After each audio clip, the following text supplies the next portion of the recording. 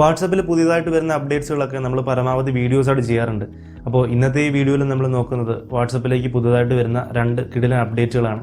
തീർച്ചയായിട്ടും നമുക്ക് ഉപകാരപ്പെടുന്ന 2 അപ്ഡേറ്റുകൾ തന്നെയാണ് വാട്സപ്പ് കൊണ്ടുവരാനായിട്ട് പോകുന്നത്. അപ്പോൾ ഏതൊക്കെയാണ് അപ്ഡേറ്റ് നോക്കാം.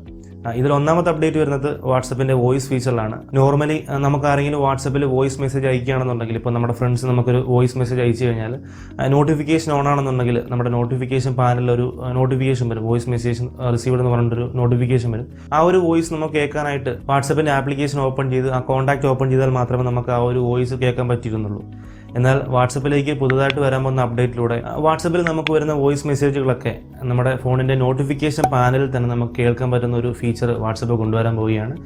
സോ നമുക്ക് തീർച്ചയായിട്ടും ഉപകാരപ്പെടുന്നൊരു സംഭവം തന്നെയായിരിക്കും. കാരണം നമ്മുടെ വാട്സപ്പിൻ്റെ ആപ്ലിക്കേഷൻ ഓപ്പൺ ചെയ്യാതെ തന്നെ വരുന്ന വോയിസ് മെസ്സേജുകളൊക്കെ നോർമലി നമ്മുടെ മെസ്സേജുകൾ നമ്മുടെ നോട്ടിഫിക്കേഷൻ പാനലിൽ വരാറുണ്ട്. അപ്പോൾ അതുപോലെ തന്നെ ഈ വോയിസുകളും നമുക്ക് നമ്മുടെ നോട്ടിഫിക്കേഷൻ പാനലിൽ കേൾക്കാൻ പറ്റുന്നൊരു സൗകര്യം, ഒരു ഫീച്ചർ വാട്സപ്പ് പുതിയ അപ്ഡേറ്റിലൂടെ കൊണ്ടുവരാൻ പോകുന്നു. ഈ ഒരു ഫീച്ചർ നിലവിലിപ്പോൾ വാട്സപ്പിൻ്റെ iOS ബീറ്റ യൂസേഴ്സിന് മാത്രമേ കിട്ടിയിട്ടുള്ളൂ. വൈകാതെ തന്നെ വാട്സപ്പിൻ്റെ എല്ലാ യൂസേഴ്സിലേക്കും ഈ ഒരു അപ്ഡേറ്റ് വരുന്നതായിരിക്കും.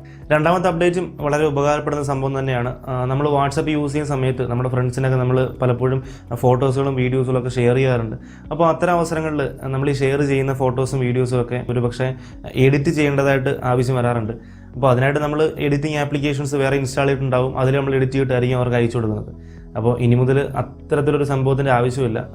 നമ്മുടെ വാട്സപ്പിൽ തന്നെ ഒരു എഡിറ്റിംഗ് ഫീച്ചർ വാട്സപ്പ് കൊണ്ടുവരാൻ പോകുന്നു. അതായത് നമ്മൾ അയക്കുന്ന ഈ വീഡിയോസുകളും ഫോട്ടോസുകളും ഒക്കെ വാട്സപ്പിൽ തന്നെ എഡിറ്റ് ചെയ്യാനായിട്ടുള്ളൊരു ഫീച്ചർ വാട്സപ്പ് കൊണ്ടുവരാൻ പോവുകയാണ്. അപ്പോൾ നമ്മുടെ ഫ്രണ്ട്സിനൊക്കെ ഫോട്ടോസും വീഡിയോസും ഒക്കെ അയക്കുന്ന സമയത്ത് വാട്സപ്പിൽ നിന്നുകൊണ്ട് തന്നെ നമുക്ക് എഡിറ്റ് ചെയ്യാം. അതിനായിട്ട് നമ്മൾ വേറെ ആപ്ലിക്കേഷൻസ് ഒന്നും യൂസ് ചെയ്യേണ്ട. Quick edit media short cut എന്നാണ് ഈ ഒരു ഫീച്ചറിൻ്റെ പേര്. ഇതും നമുക്ക് ഉപകാരപ്പെടും. സോ ഈ 2 അപ്ഡേറ്റുകളും ഇപ്പോൾ ബീറ്റ ടെസ്റ്റിങ്ങിലാണ്, ബീറ്റ വേർഷനിലാണ്. വൈകാതെ തന്നെ നമ്മുടെ എല്ലാവരുടെയും വാട്സപ്പിലേക്ക് ഈ അപ്ഡേറ്റ് വരുന്നതായിരിക്കും.